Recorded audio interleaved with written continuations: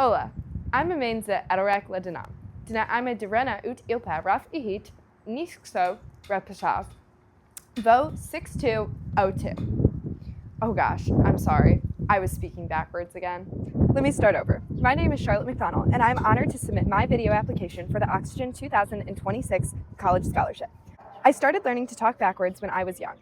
First, it was a little game with words that slowly turned into something I could actually do without thinking.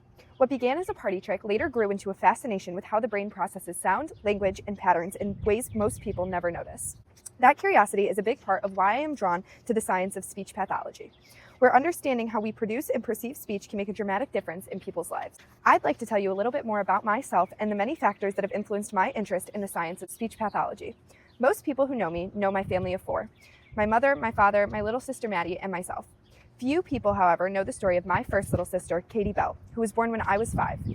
Katie was diagnosed in utero with trisomy 17, a rare genetic disorder that disrupts fetal organ development in ways that make the body incompatible with life outside the womb. Katie was born and passed away on the same day in April of 2013. At 5 years old, I didn't understand the science behind what was happening. However, as I grew older, I became increasingly curious about the why behind Katie's condition. I wanted to understand the genetic mechanisms that could so profoundly affect the life before it even began. The curiosity became the foundation of my passion for STEM.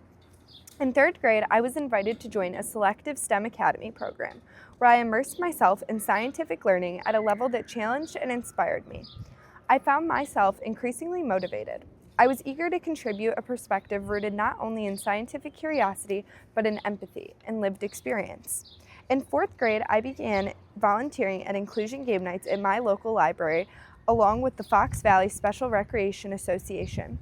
I was drawn to individuals facing disabilities whose lives were shaped by biological challenges, yet remained resilient and inspirational.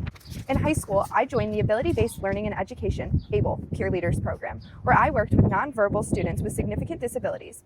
I was initially intimidated walking into the ABLE classroom. The severity of the students' conditions was overwhelming, and I questioned whether or not I belonged. But that uncertainty quickly gave way to connection. I was paired with Awad, a senior with severe cerebral palsy. Though nonverbal and physically limited, Awad's determination and positivity were unmistakable. Through him, I saw that communication extends far beyond speech. It exists in expression, perseverance, and human connection. The ABLE students showed me what perseverance looks like in its purest form. They reshaped my understanding of ability, communication, and the role science can play in improving the quality of life. These experiences solidified my desire to pursue a career in speech pathology.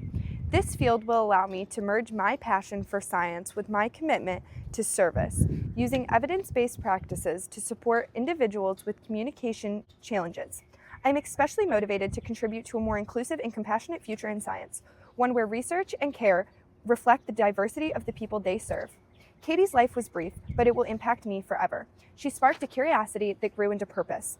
Through her and through the individuals I've been fortunate enough to work with, I have found my place in STEM. I look forward to not only being a student of science, but an active contributor as well. I'd like to thank you for this opportunity to introduce myself and for your consideration. Thank you. Ikanei Irav Hakam.